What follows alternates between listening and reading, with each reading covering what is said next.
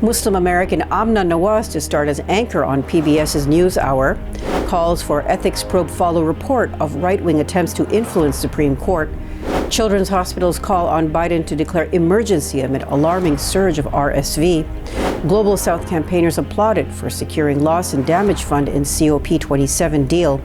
Dozens of Palestinians hurt as Israeli settlers celebrate Jewish holiday in Hebron. Qatar FIFA World Cup begins with Fox being positive while BBC is negative.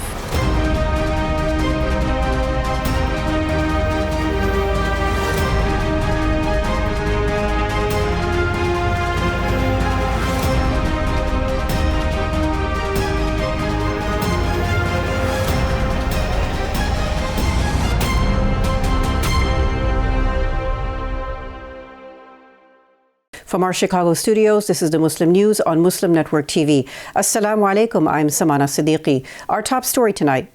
Muslim American journalist Amna Nawaz will join Jeff Bennett as anchor of the weeknight PBS NewsHour show at the end of this year. Nawaz will take over after Judy Woodruff's near-decade-long run as host ends on December 30th. Woodruff is being replaced at the anchor desk by a black man and a first-generation American of Pakistani descent. Nawaz joined NewsHour as Woodruff's chief substitute in 2018 and has previously worked at ABC and NBC News. She has won the prestigious Peabody Award for her reporting on the January 6, 2021 insurrection and global plastic pollution. In 2019, Nawaz became the first Asian American and Muslim American to moderate a presidential debate.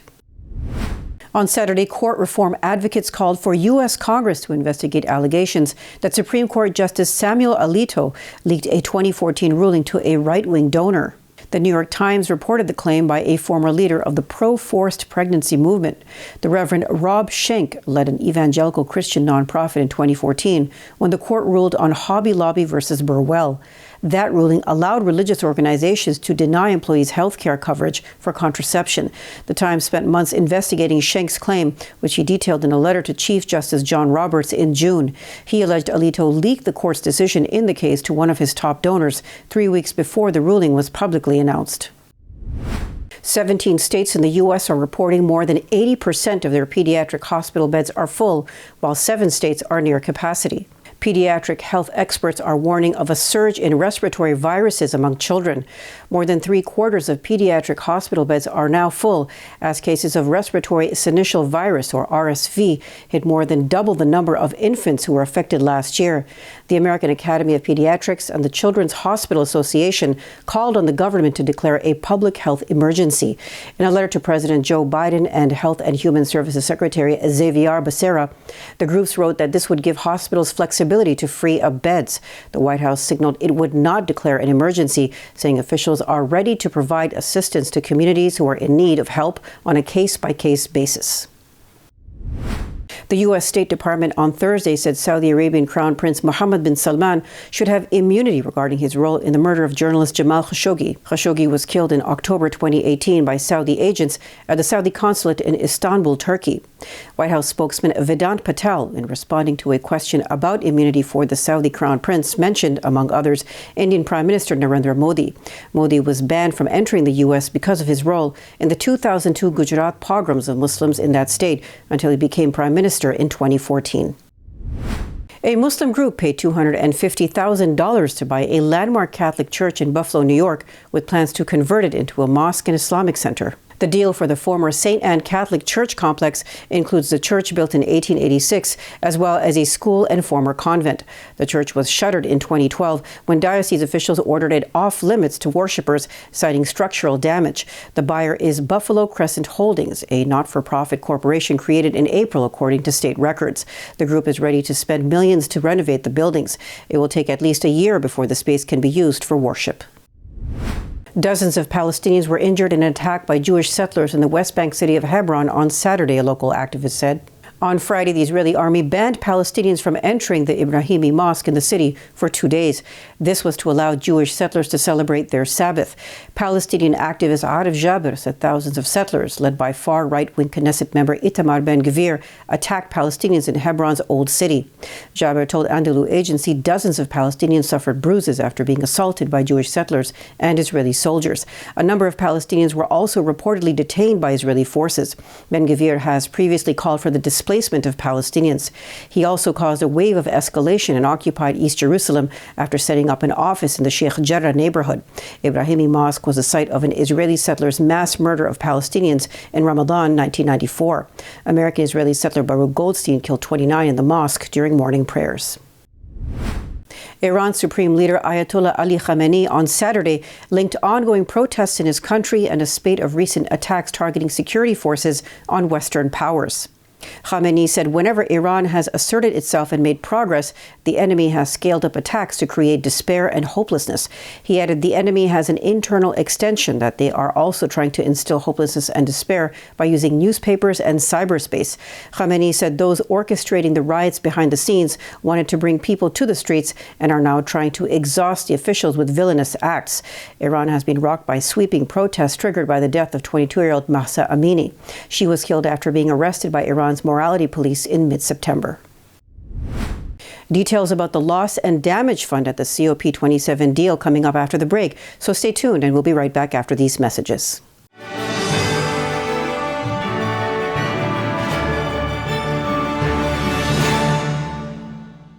A free 3-minute online chat can give you the personalized tips you need to start boosting your retirement savings today.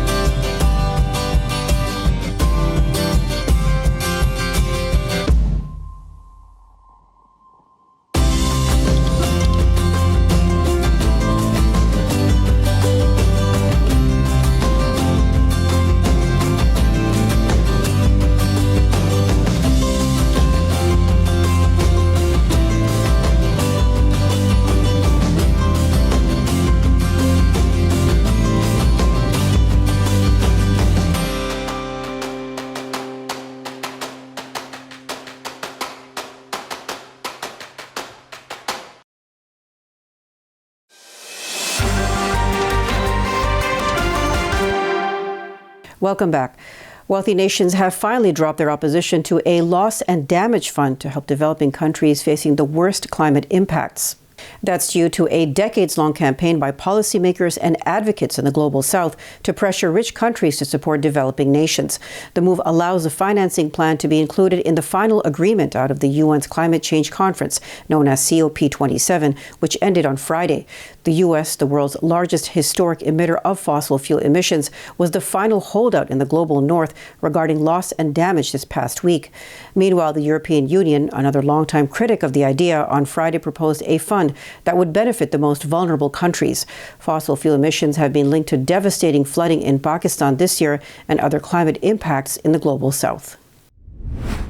A modest library has been established in the Afghan capital Kabul to honor Hazara victims killed in a suicide bomb attack on an education center. The September 30th attack targeted the Kaj Education Center in the Dastebarchi neighborhood, a predominantly Hazara neighborhood. At least 53 people were killed, including 46 Hazara girls. The Hazara is an ethnic minority group that has suffered oppression. Khalid Noura, who also is Hazara, founded the Kaj Library in the Kote Sangi neighborhood in western Kabul. He and 3 girls who witnessed the attack told Andalu agency they will never forget friends killed in the blast and will not allow others to forget. The library has a memorial corner with pictures of the victims. There are also framed photographs of the victims on the shelves among the books. The library contains nearly 3,000 books in Persian and English and is expanding daily with book donations. China is using financial, educational, and career incentives and coercive tactics to promote intermarriage between majority Han Chinese and Uyghurs. State policies in East Turkestan, which the Chinese government calls Xinjiang, are boosting such unions, according to a new report by a rights group. The Uyghur Human Rights Project analyzed Chinese state media, policy documents, government-sanctioned marriage testimonials, as well as accounts from Uyghur women. Government incentives and coercion to boost inter-ethnic marriages has increased since 2014, the report found. The Chinese government is actively carrying out a campaign of forcefully assimilating Uyghurs into Han Chinese society by means of mixed marriages, the report said. Western governments and the United Nations have recognized Chinese policies in East Turkestan amount to or could amount to genocide or crimes against humanity.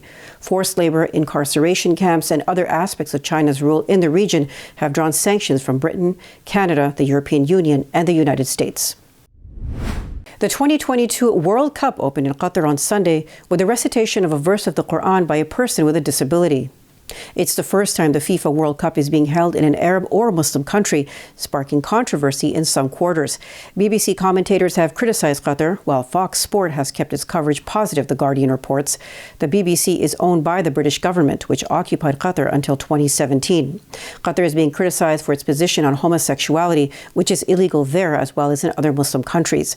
Many European team captains planning to wear armbands in support of LGBTQ persons have been told by FIFA not to wear them. Rainbow flags will also not be allowed at the event. Abdulaziz Abdullah Al-Ansari, the Qatari head of security, told the Associated Press that Qatar won't change its religion for 28 days, referring to the duration of the competition. FIFA President Gianni Infantino has criticized the negativity toward Qatar.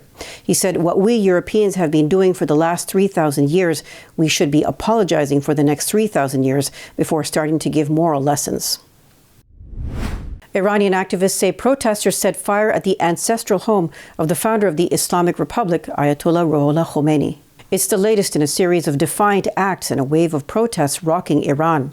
Activists posted video clips on social media showing a flash of fire at a building with arches resembling archival images of Khomeini's home. Agence de France Presse verified the location but not the timing of the images. NBC News has not verified the video. Iran's semi-official Tasnim news agency denied Khomeini's home, which has been turned into a museum, had been set ablaze. The home remains open to the public, the agency said. A 5.6 magnitude earthquake shook West Java in Indonesia on Monday. It has killed at least 62 people and injured about 700. Authorities warn the numbers are likely to rise, with many still trapped beneath the rubble. Coming up next after the break is our in-depth analysis segment, so stay tuned and we'll be right back after these messages.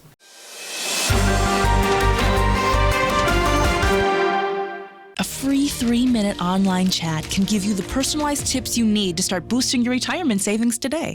We are Justice for All.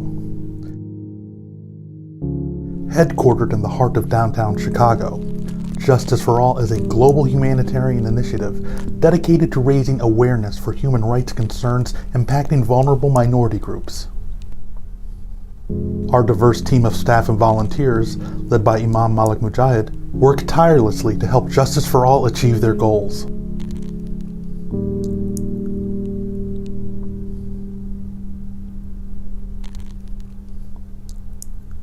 We promote policies that protect religious freedom, address the root causes of mass displacement, and recognize the plight of refugees and forced migrants. Together, we can continue to stand up for justice. Justice for all.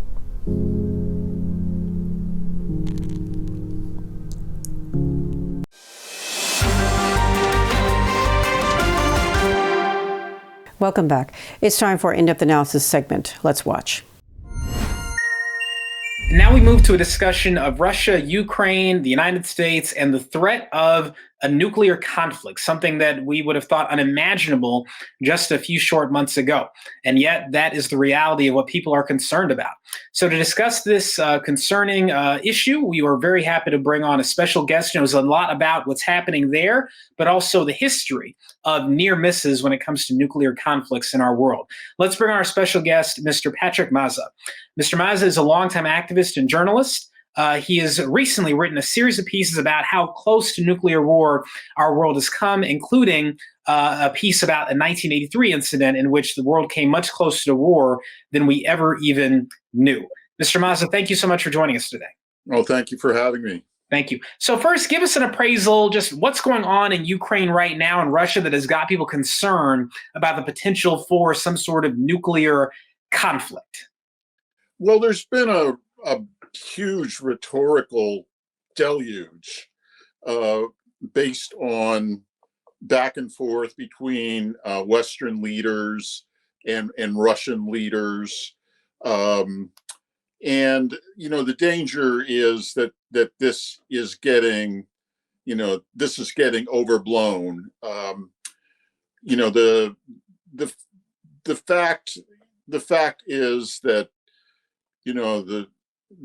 the Russian nuclear doctrine, not to be an advocate for anybody here, but the Russian nuclear doctrine is, they're not going to use nuclear weapons unless they're attacked with nuclear weapons or there's an existential threat to their state. And this has been amped up by Western leaders, and I think in a fairly irresponsible way. So that's, that is my evaluation of what's going on right now. The danger is that, by talking it up, it makes it elevates the possibility of it happening. So, that's my best evaluation of what's going on at this moment. What are your thoughts on this recent talk? I think a few days ago, the Russian government indicated that they were alleging that Ukraine was plotting to detonate a dirty bomb. And then I think President Putin has at one point said, that all options are on the table in terms of defending their territory. And people took that as an indication of some sort of nuclear threat. Do you think all this is just talk and no one's actually planning to do anything? Or are these things that as you noted, are things that could essentially lead rhetoric to turn into action? What are your thoughts on these issues? Well, it does. We have heard a lot about the potential of a dirty bomb. We keep hearing this. So, where there's smoke, there's fire. I really don't know. In reality, the Russians have a lot of escalation potential way before nuclear weapons. And the reality is, this is clear that if the Russians actually use nuclear weapons, it would undermine their own alliances with China, with India, with other nations. Their interest is not in using nuclear weapons. Again, this is not a defense of the Russians. This is not a defense of the war. But what it is just the logical reality of it. You've got to ask, what would be their interest in using these, unless there was an actual invasion of their country which caused their own state to be threatened. I'm just going from what I've read about their own doctrine. So, but we know the Russians have a lot of military capabilities that they haven't used yet. So I would see, from the logical standpoint of their own interest, they really don't have a good reason to use nuclear weapons. Understood. Well, certainly I think everyone hopes you're correct. So people in New York and DC and Moscow can breathe a little easier. And then I live in Seattle. We're a fine nuclear target here. I'm indeed. One of the largest piles of nuclear weapons is 20 miles west of me at the Trident submarine base. So I'm very much hoping that we don't go for anything so crazy. Indeed. So now let's talk a bit about history, Mr. Miles. You wrote an article recently about an incident in 1983 that, was shocking to read about, that it could even happen. But tell us about that incident for our viewers who haven't read the article. Tell us about that incident and, in general, any lessons you think we should be learning from, how we averted nuclear conflict in the past and what can be done to take those lessons and apply them to today. Very good. Well, people say that we're now noting the 60th anniversary of the Cuban Missile Crisis. 60 years ago today, we didn't know if the world was going to nuclear war.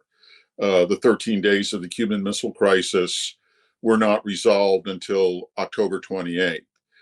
John Kennedy got on TV and announced it on October 22nd. But in 1983, something probably at least as dangerous, maybe even more so, happened, because one side really thought that nuclear war might break out. The other side was oblivious. This was a nuclear exercise called Able Archer 83. It was a NATO exercise to mimic escalation to nuclear war in Europe. There were B-52s involved, there were dummy bombs involved, and the Russians really thought, based on then President Ronald Reagan's rhetoric, that the U.S. was planning a first strike on the Soviet Union and would use this exercise as a cover for the real thing. So they had their missiles on alert. They had their mobile missile launchers out in the field. They had their submarines out at sea. They had their bombers in East Germany loaded up with nuclear weapons, ready to go. They had their fighters out on the strip, just engines running, ready to take off in a moment. They had canceled military leave. On November 9th, 1983, the head of their military forces was in the command bunker. And if he had seen any sign that the US and NATO was ready to strike, the likelihood is he would have launched first. Because this is the truth, the awful truth about nuclear weapons and nuclear war, which is why I advocate that they be entirely abolished. Exercises have proven that in nuclear war, the side that strikes first has overwhelming advantage because they can decapitate the enemy's leadership. They can knock out a lot of their weapons before they launch them. So the enemy's capacity to respond is limited. Therefore, there is an incentive. If you believe your enemy is ready to launch a first strike on you, there's every incentive to launch a first strike to get them first. And this is what the Soviets were preparing for. This is what they were ready to do. And there's a great irony in this, that there was a General Leonard Perutz, who was he was on duty, the intelligence head at Ramstein Air Force Base in Germany. It was up to him to look at all of this going on and decide, well, do we respond or not? Do we escalate our own forces or do we hold back? He had no idea that the Russians were worried and could not imagine that they would strike the West. So he decided not to do anything. And this is one of the great lucky moments of history, because if he had decided to do something and escalate, the Russians would have probably seen that as a sign that, yeah, we're right, and we better get them before they get us. It was later, in a later intelligence review, the words for his decision were fortuitous if ill-informed. And so we passed that moment of danger. Reagan, who I don't have many good feelings for Reagan, but he was sensible. He realized very quickly that his rhetoric had really overamped things. He toned it down, got into negotiations with the Soviets, and actually negotiated the Intermediate Nuclear Forces Treaty, which eliminated the short-range nuclear missiles in Europe, the Russians' own missiles. And that is the story of Able Archer 83. So right now, we actually have similar exercises going on in Europe. Both the Russians and the US are engaged in exercising their nuclear forces. The Russian forces the Russians have notified the US they will be undertaking their exercises. They call them Thunder. As of tomorrow, they will actually launch missiles. They will launch ICBMs and submarine missiles and drop stuff from bombers. The US and NATO right now are conducting what they call a steadfast noon, which is mock bomber runs over Western Europe, B-52s. There's 60 planes from 14 countries.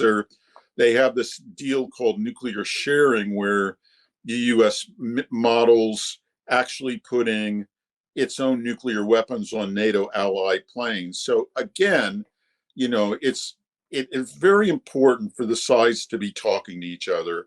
I think really the most important lesson we need to learn is that we need to be talking to each other. There's, for all the disagreements, for all the conflict over the Ukraine war, for all the tensions over that, there is the transcendent issue of human survival, the survival of really nature on this planet. A full nuclear exchange would wipe out much of life on this planet. So that's the important lesson. We need to be talking to each other and be very clear with each other about our intentions. I think the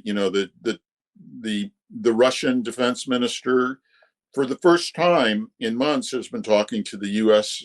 Defense Secretary and the UK Defense Minister, which is a very good thing,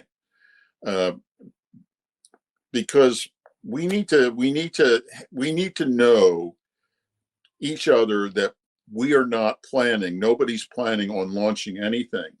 Ultimately, what we really need to do is move toward drastic reductions of nuclear stockpiles and then elimination.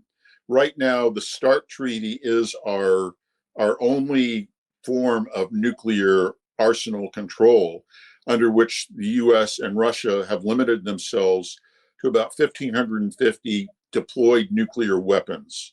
They also have about 2,000 in reserve. Really, we need to talk about immediately bringing that down when the treaty is renewed, presuming it will be renewed in 2026, to 300 to 500, which removes, once you get down to a certain level, it begins to remove that advantage of a first strike. We also need to eliminate the reserve nuclear weapons. There are 2,000 nuclear weapons stored at bases around the country, at the Trident base in Washington State, at ICBM bases in Montana, at Bomber Base, and we need to get rid of those. And because really, if we don't rid ourselves of nuclear weapons, almost inevitably they're going to be used by miscalculation, by miscommunication, or by sheer madness. Once war gets going, it's unpredictable, and the escalation to unpredictable consequences, we don't know. So we really need, whatever our other disagreements are, whatever our other tensions are, we need to address this transcendent issue of survival. I mean, we can fight with each other, we can compete with each other, but we really should put the nuke away. Mr. Nawaz, this is very sobering information and very interesting perspective. Thank you so much for sharing this information with us. We hope to have you back in the future, not to discuss the outbreak of nuclear conflict, but hopefully steps to eradicate nuclear weapons from our world and make the world a safer place. So, Mr. Nawaz, thank you so much for joining us. We appreciate it. Thank you for having me. Thank you. And we'll send it back to you, Samana. Thank you. That's all from our Chicago studios tonight. Thank you for tuning in. You can find previous episodes and more on our YouTube or Facebook. For more content, keep watching Muslim Network TV or visit muslimnetwork.tv. Salam and good night.